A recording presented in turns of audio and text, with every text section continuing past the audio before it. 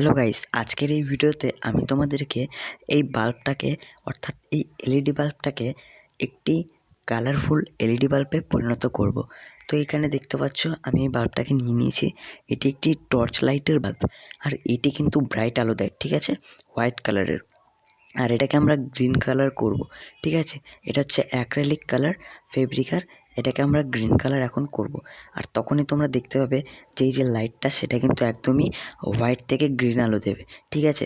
তো এখন আমি এটাকে কালার করে দেবো এবং তারপর কিছুক্ষণ এটাকে শুকাতে দিয়ে দেবো। আর তোমরা যদি আমার চ্যানেলে নতুন হয়ে থাকো তাহলে অবশ্যই আমার চ্যানেলটিকে সাবস্ক্রাইব করে বেল আইকনটি দাবিয়ে দেবে। তো গাইস, এই যে দেখতে পাচ্ছ আমরা এখানে রং করে দিয়েছি। এখন আমরা এটাকে কিছুক্ষণ শুকোনোর জন্য রেখে দেবো, তাহলে কিন্তু আমাদের যে লাইট সেটা শুকিয়ে যাবে এবং তারপর দেখো কতটা সুন্দরভাবে গ্রিন আলো দেয়, ঠিক আছে।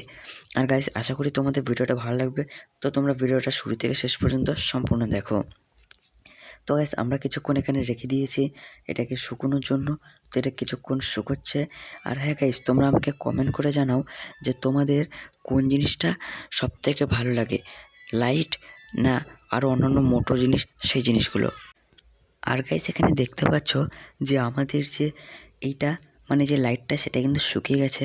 আর এখন আমরা কি করব, এই 3.7 ভোল্টের ব্যাটারির সাহায্যে এটাকে জ্বালিয়ে তোমাদেরকে দেখাবো।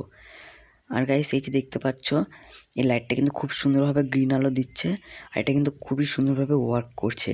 আশা করি তোমাদের ভিডিওটা ভালো লেগেছে।